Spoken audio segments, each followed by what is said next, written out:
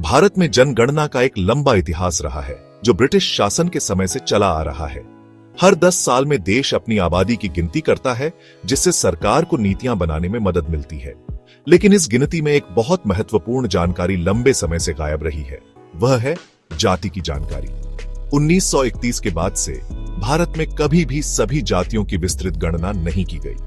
आजादी के बाद 1951 से होने वाली हर जनगणना में केवल अनुसूचित जाति और अनुसूचित जनजाति के आंकड़े ही इकट्ठे किए जाते रहे। अन्य पिछड़ा वर्ग और दूसरी जातियों की सही संख्या का कोई विश्वसनीय आंकड़ा मौजूद नहीं था। यह एक बहुत बड़ा अधूरापन था, क्योंकि भारत में नीतियां और सामाजिक न्याय काफी हद तक जाति से जुड़े हुए हैं। इस ऐतिहासिक चुप्पी को तोड़ने का फैसला 2025 में होने वाली जनगणना के साथ लिया गया है। प्रधानमंत्री नरेंद्र मोदी की सरकार ने यह घोषणा की है कि इस बार की जनगणना में जाति का कॉलम भी शामिल किया जाएगा। यह जनगणना पहले 2021 में होनी थी, लेकिन कोविड-19 महामारी और कुछ अन्य प्रशासनिक कारणों की वजह से इसमें देरी हो गई। अब जब यह जनगणना होगी तो लगभग 94 साल बाद देश को यह पता चलेगा कि कौन सी जाति के कितने लोग हैं, उनकी सामाजिक और आर्थिक स्थिति क्या है। यह सिर्फ आंकड़े इकट्ठा करना नहीं है, बल्कि यह भारतीय समाज की सच्चाई को समझने की एक बड़ी कोशिश है। दशकों से जो नीतियां अनुमान पर आधारित थीं, उन्हें अब एक ठोस आधार मिल सकता है। इस फैसले के पीछे एक लंबी राजनीतिक और सामाजिक लड़ाई है। कई सामाजिक न्याय के पैरोकार और राजनीतिक दल दशकों से यह मांग कर रहे थे। उनका तर्क था कि बिना सही आंकड़ों के पिछड़ी जातियों को उनका हिस्सा नहीं मिल सकता। 2011 में भी जातिगत आंकड़े इकट्ठा करने की कोशिश हुई थी, लेकिन उन आंकड़ों की सटीकता पर इतने सवाल उठे कि उन्हें कभी सार्वजनिक ही नहीं किया गया। इसलिए 2025 की यह घोषणा एक बहुत बड़ा कदम है। यह दिखाता है कि सरकार अब इस मुद्दे को और ज्यादा समय तक टाल नहीं सकती। यह फैसला भारत के लोकतंत्र के लिए एक महत्वपूर्ण क्षण है, जो सामाजिक न्याय की दिशा में एक नया अध्याय शुरू कर सकता है। यह समझना जरूरी है कि यह सिर्फ एक गिनती नहीं, बल्कि समाज का एक्स-रे है। इससे हमें यह पता चलेगा कि विकास का लाभ समाज के किन हिस्सों तक पहुंचा है और कौन से वर्ग अभी भी पीछे हैं। उदाहरण के लिए, हमें यह मालूम हो सकता है कि किसी खास पिछड़ी जाति के कितने लोग उच्च शिक्षा तक पहुंच पाए हैं या कितनों के पास सरकारी नौकरियां हैं। यह जानकारी सरकार को अपनी योजनाओं को बेहतर बनाने में मदद करेगी। इससे उन जातियों की पहचान हो सकेगी जिन्हें सबसे ज्यादा मदद की जरूरत है। यह कदम पारदर्शिता लाएगा और नीतियों को ज्यादा प्रभावी बनाएगा, जिससे सरकारी संसाधनों का सही इस्तेमाल हो सकेगा। 2025 की जाति गणना की घोषणा केवल एक प्रशासनिक निर्णय नहीं है, बल्कि इसके पीछे गहरा राजनीतिक दबाव भी है। हाल के वर्षों में, खासकर 2024 के आम चुनावों के बाद, जाति का मुद्दा भारतीय राजनीति के केंद्र में आ गया है। विपक्षी दलों, विशेष रूप से कांग्रेस पार्टी और क्षेत्रीय दलों ने राष्ट्रीय स्तर पर जाति गणना की मांग को जोर शोर से उठाया। उनका कहना था कि पिछड़ी जातियों को उनकी आबादी के अनुपात में आरक्षण और अन्य योजनाओं का लाभ नहीं मिल रहा है। यह मांग तब और तेज हो गई जब बिहार ने 2023 में अपना खुद का जाति आधारित सर्वेक्षण कराया और उसके नतीजे जारी किए।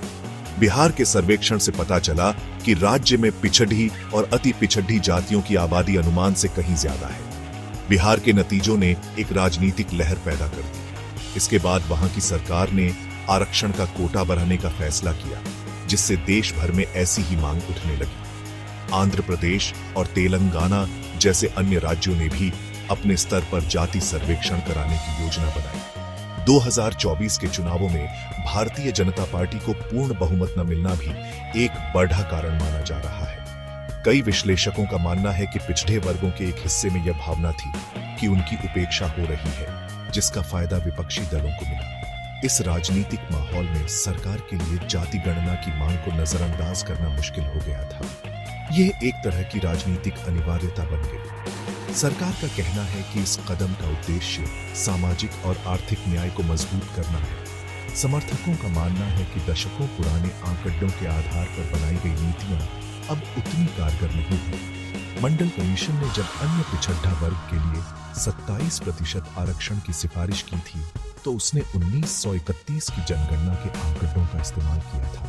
आज लगभग एक सदी बाद समाज की संरचना में बहुत बदलाव आ चुका है। नई गणना से यह साफ हो जाएगा कि अन्य पिछड़ा वर्ग समुदाय के भीतर कौन सी जातियां अधिक पिछड़ी हैं और किन्हीं योजनाओं का लाभ मिला है। इससे सबका साथ, सबका विकास के नारे को हकीकत में बदलने में मदद मिल सकती है, क्योंकि नीतियां अब अनुमान पर नहीं बल्कि सबूतों पर आधारित होंगी। आम नागरिकों के लिए भी यह गणना बहुत महत्वपूर्ण है। यह उन्हें समझने में मदद करेगी कि समाज में उनकी जाति की स्थिति क्या है। जब किसी समुदाय को अपनी संख्या और अपनी सामाजिक आर्थिक स्थिति का पता चलता है, तो वह अपने अधिकारों के लिए ज्यादा संगठित होकर आवाज उठा सकता है। यह लोकतंत्र को जमीनी स्तर पर मजबूत करता है। उदाहरण के लिए, यदि किसी गांव में एक विशेष पिछड़ी जाति के लोगों को पता चलता है कि उनकी आबादी काफी है, लेकिन उनके बच्चों के लिए स्कूल या स्वास्थ्य सुविधाएं नहीं है, तो वे मिलकर सरकार से इसकी मांग कर सकते हैं।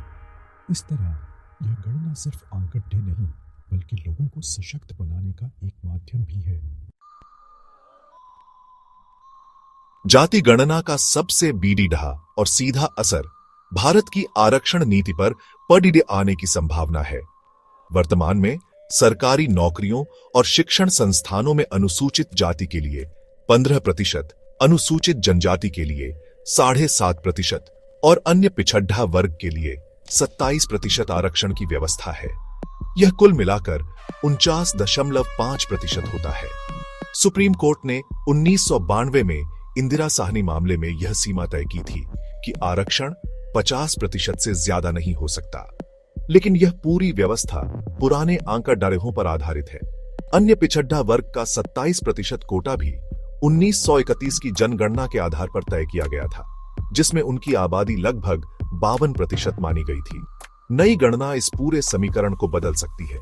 यदि 2025 की गणना में यह सामने आता है कि अन्य पिछड़ा वर्ग और अन्य पिछड़ी जातियों की आबादी मौजूदा अनुमान से बहुत अधिक है, तो आरक्षण का कोटा बढ़ाने की मांग निश्चित रूप से तेज होगी। कई राजनीतिक दल पहले से ही 50% की सीमा को खत्म करने की वकालत कर रहे हैं। कांग्रेस पार्टी ने तो संविधान में संशोधन करके इस सीमा को हटाने का वादा भी किया है। अगर ऐसा होता है तो यह भारतीय समाज और राजनीति में एक बड़ा बदलाव लाएगा। इससे उन जातियों को आरक्षण का लाभ मिल सकता है जो अब तक इससे वंचित रही हैं। साथ ही अन्य पिछड़ा वर्ग कोटे के अंदर भी उपवर्गीकरण की मांग उठेगी, ताकि आरक्षण का लाभ कुछ शक्तिशाली जातियों तक ही सीमित न रह जाए। हालांकि इस कदम की आलोचना भी हो रही है। आलोचकों को डर है कि जाति की गिनती करने से समाज में जातिगत पहचान और मजबूत हो सकती है। उनका तर्क है कि जब हर कोई अपनी जाति के बारे में बात करेगा, तो इससे सामाजिक विभाजन और गहरा हो सकता है।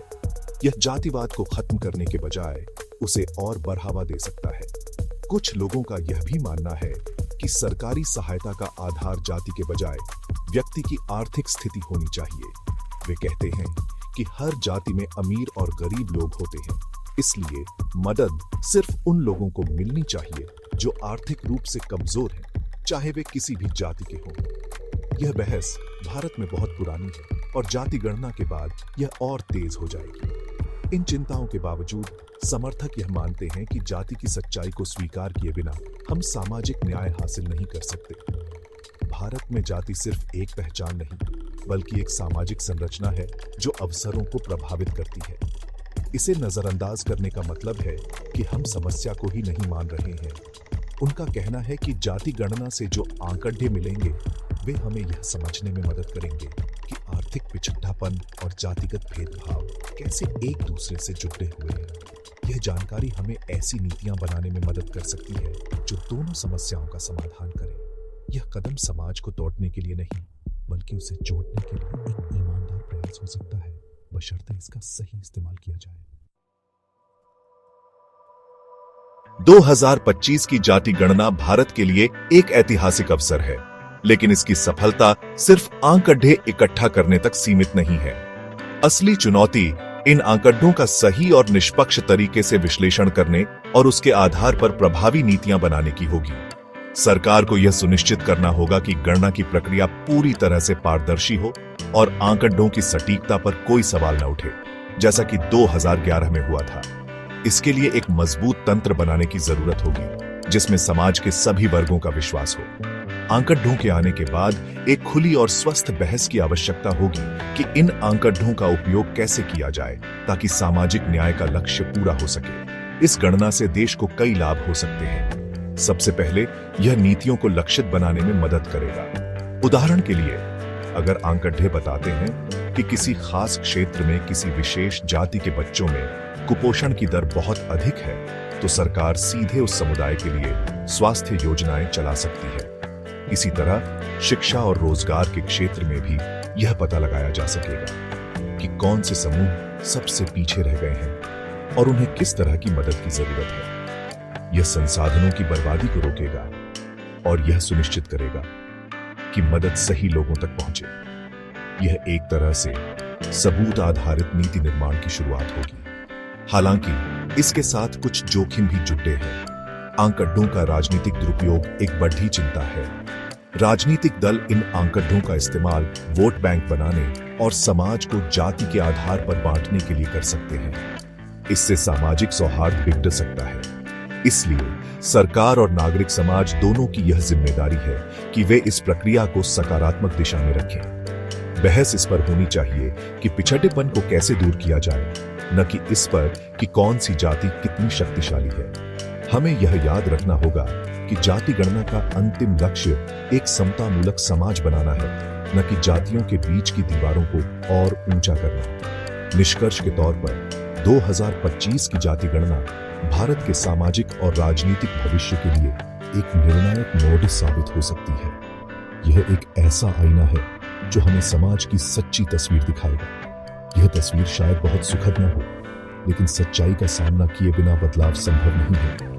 यदि हम इन आंकड़ों का उपयोग ईमानदारी और समझदारी से करते हैं, तो यह लाखों लोगों के जीवन में सकारात्मक बदलाव ला सकता है और एक अधिक न्यायपूर्ण भारत के निर्माण की दिशा में एक बड़ा कदम हो सकता है। यह आंकड़ों से सशक्तिकरण तक का सफर होगा जो भारत के लोकतंत्र को और गहरा और सार्थक बनाएगा।